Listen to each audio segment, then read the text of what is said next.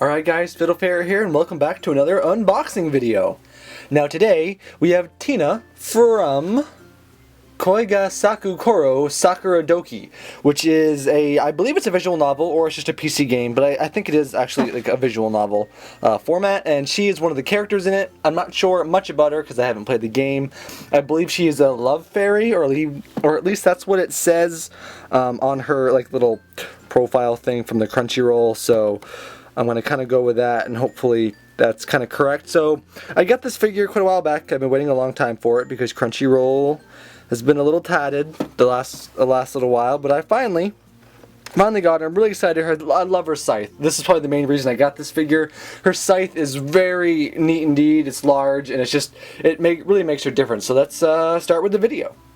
It was funny when I actually went to start unboxing this figure. I went to look up, a little bit more what it was about, what kind of either what game it was from and what the game was about and kind of thing. And it was just one of those things where I was like looking at it going, now I just want to play this. I really wish I could just play this. It's probably, needs English and all that kind of thing, but sadly we don't always get those things. So these instructions aren't in English. Hold on, let me I know some of them come in English now. This one must have just missed the boat.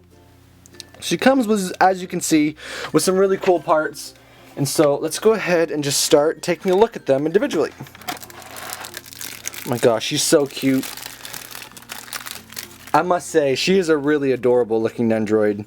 That is definitely what first made me want to get her. She's just, oh, okay, so she comes with a, whoop, there that goes. So I'm probably gonna have to take the hair off. I love her color scheme. Her color scheme is really pretty. All right, come on. There we go. Blech. No more plastic for us. Maybe? There we go. Get it out. Alright. Let me look at my camera here so I can actually see what I'm doing. So here she is. This is Tina. I'm assuming that's her full name. I don't know if that's a nickname or she has any other monikers. But so here she is. She is in a lovely little almost just like spring dress. And so she comes with these really pretty flowers on her as well, as you can see. Oh, they're even on the inside of her hair. Well, that's kind of neat. She has them all over the back of her hair as well, as you can see here. And so, pantsuit, just white. And so she comes with this like really cute kind of like oh, was it me kind of expression that's like almost unknowing kind of. You get the vibe of like a little like a smaller little girl, I guess you could say, from this. She has like a bow as well, as you can see in her hair here. So that's her. Now let's see her little parts. So right off the bat, let's just start with this, because this thing is badass. And so this is basically her scythe. I guess, like I said, I don't really know much about the game itself. I really wish I did, because I'd probably love to play it. But this is very pretty. It's almost like wrapped in ribbon by the look of it. It looks like, this is like a little piece of ribbon right here. It actually comes off. And so I just noticed that. I just realized that that's probably what it's wrapped in. It almost looks like ice, but it might be also just some kind of crystal, I suppose. And so you have like the little feather wing here on the bottom, as well as a little bit more ribbon, and then it looks like just kind of like made of a wood staff. And I like how it like splinters off here into the blade itself, and just kind of grows along the blade. That's it was just such a cool feature. It's almost what really made me decide to get the figure. So here we have another faceplate of hers. This one's pretty cute in my opinion. This is kind of her just blank, teary, almost eyed expression. You can just picture that, googly eyes, kind of, oh, why me kind of expression, or pleading for something. That's kind of the expression I get from that one there. And then the other face we have it right here. The eyes are red, and so from the description I read, this is her god of death expression. So whether we're just being tongue-in-cheek or whether she is a god of death, I'm not really sure. She has a scythe, so when I think about it, that could actually be like absolutely true. And so I'll keep that in mind here. But there it is. Let's focus in. So her eyes are a different color here, and this one's a very not amused expression. So here we have another really cute little piece. This is her familiar, her pet familiar, however you want to say it, but I'd say it's either a cat or a two-tailed dog kind of thing. There's probably like an actual name for it, and I'm just butchering it. But this is a little familiar. It's got like little ears on the top. They're purple and stuff, and she believe it sits right on her head. So that's another cool little feature that is kind of unique to this Nendoroid. Alright guys, so here we have some hands. I'm going to try to keep my hands out of the way for this. So we have two hands that grip. So it looks like you can put the scythe in either hand by the look of it. And so these are both part of the same like arm set. And so I'd say they both have the pegs right here, as you can see, to hold the staff. So it looks like you can have it in both hands for one thing. And then we have a couple more hands if I can dig them out of here instead of doing a cut. And so these two are kind of like it uses in the box. It uses it for her like twiddling her like fingers kind of expressions. Are kind of like this. You're like, oh no. And so those hands definitely go together. But I think you can also pretty much use one of these hands alone with a hand that holds the staff as well. So those are the hands she comes with, and she comes with those are the arms she comes with. She comes with one extra arm as well that just is like a pointing kind of at you hand kind of thing. Like this one's almost like either like a gripping like the staff. I think it's more like a pointing like this kind of thing. And so this one's interesting. It might go in the staff. I'm not really sure. I'm gonna have to find out how that one works there. And the last two things in this box that we need to take a look at is she has two wings you can put on her back, which we will do in just a second. And so here are her wings. Obviously, I'd say so. It says she's a fairy, so obviously a love fairy. Maybe we'll see that she has. So these go right on her back, and we'll probably use these right at the end of the video here. We'll put those on her back and get her scythe all set up. So anyway, guys, those are her wings. Now let's get into some posing. Gosh, I'm just like noticing like the more I look at her, the more like how frilly her dress is. So also another thing to note about this Nendoroid, she is all one piece. Like her body is all one piece. I know a lot of the times they like split up, but not with this one. So if you just want to see like head movement, like head actually goes like up and down actually quite a bit, and she has full back round, and then so she can tip up and tip down. So she has pretty good head movement for an Nendoroid. So let's go ahead and take this arm off, and we'll start with this one, and we're going to see if we can get her to hold her scythe. We'll have her hold her scythe with this expression plate, and then we'll go to something else here. So there's a peg on the scythe, and let's do the upright scythe first. So let's see, how are we going to do this? So it's got to go, let's see how difficult this actually is. This could be troublesome. Oh, okay, the ribbon fell off. Oh my gosh, I saw a piece fly off and my heart stopped. That might not be true, but I feel like it is true. So I need to get this peg right in here. I might have to cut for this because this might be... Oh, did we get it? I think we got it that time. Did we get it? Okay, ooh, boy, it's not super stable right now. Here she is. Alright, man, my lighting is weird. What happened to my light? I had such good light a minute ago. So here this is right here. She is so cute with this expression, like holding her scythe, like, should I cut somebody? Or should I not cut somebody? So this is a really cool pose. You can have it like this, and you can kind of have her like reaching out as well. That's actually, I like that quite a bit, with that hand reaching out, kind of like that, staring into your soul.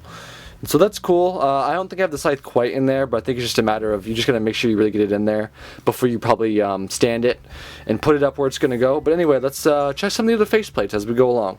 So we went ahead and I've switched out her faceplate, but I'll go ahead and show you guys this.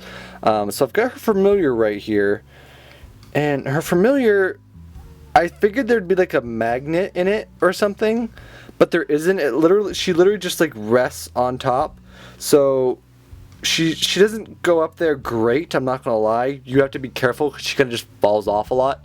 And so I mean it really doesn't take much. I mean, a slight tilt here or there and it falls off.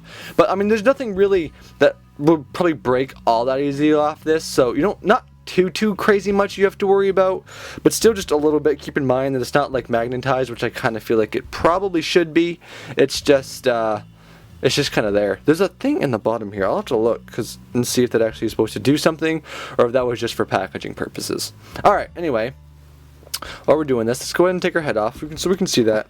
Take her head off so we can see her dress in a little bit more detail. She's got the ribbon on top and the cute little ribbons on the back. Couldn't see past her massive hair. And so let's grab that. That's the original arm. We'll take that original arm off as well. And let's go ahead. We'll do that like the twiddling the thumbs expression, because we got her cry face on, so that just seems like the right move to go with here. And so, my gosh, her dress is so poofy in the arms. I love it. It's literally just kind of like she's wearing Lolita. which maybe that's what this is supposed to be. I don't know all that much about Lolita, but I did have some friends from my old high school who they were great at it. They'd like make their own. I'd be like, yeah, I'm gonna go order like a cosplay off the site because I don't know how to do all the amazing things you guys are doing. Oh, such sad days. I bet this ribbon comes off. I bet that's how we put the wings on, and we're gonna try that in just a minute. So we'll do this. Put her head on here. And oh, she's so cute. Put her here, get the light in there a little bit more. Oh my gosh, Tina. I guess her name is just Tina. For once, you know, I don't have to worry about like mispronouncing her name.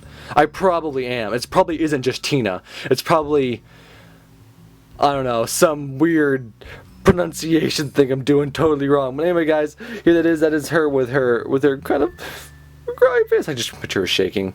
Alright guys, so let's go ahead and get the badass pose going.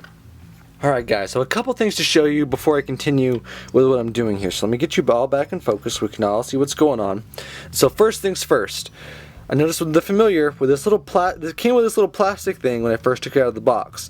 You're actually supposed to leave that there because what you do is she fits in between the hairline of your Nendoroid and she fits into that little square piece, and you stick this right in here like this, and then you close the hairpiece. So I'll do that in just a minute, but that's just one thing I wanted to show you that I missed. I was looking at the instructions, good thing I did. So here we go, have this thing back. Now the wings for this, to get the wings on, you actually have to set her up on the stand. So I'm just going to show you how it's done, and then I'm going to cut to me actually doing it because it might just take me a lot of fidgeting around that you guys don't need to see. So basically all I'm going to do is put one wing like this. So I'm going to put one wing like this, and I'm going to overlap the other wing on top of it as well, and then I'm just going to put the peg through it. So I'll let you see after that, but I just wanted you guys to be able to see how it goes on there, so you guys can kind of, you know, see how that works for yourselves. And success. It was actually really easy. I probably could have even done it on camera, but just easy so I can like show you guys like this. So this is how the wings work. It's actually clever. You stick them right in there and it works really easily. So I mean, no big deal at all getting that in there. So before we get to that, let's go ahead. I don't think I showed you taking the faceplate off the other time, so I'll do that this time. So we have her face here. Hair comes off. Get this faceplate. Now we're gonna get her a potential. She might be a god of death. I don't know. It said love fairy. Love fairies and gods of death don't really seem to usually be one and the same. But hey, this is anime. We can do it's in Japanese, you know, interests. It can kind of do whatever it's want. Now, actually, well, we have the chance. Let's take that hairpiece slightly off and see if we can get the familiar in here. All right.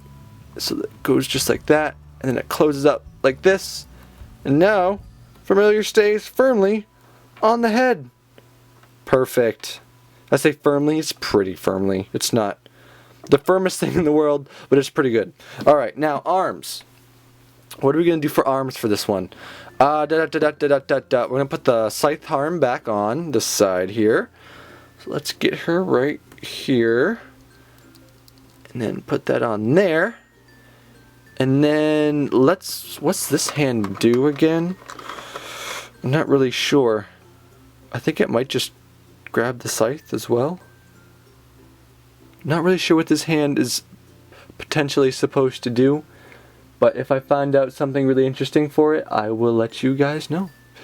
Anyway, we're just gonna put that back in there for now, and then we're gonna put her outstretched arm again back on. That seems like a good plan. Good plan indeed. We'll put this one back on like this. Now let's start putting her together. So the wings got to go around the hair. Turn her a little bit this way. Oh, so let's change that focus so I don't have to be so close to the camera. There we go.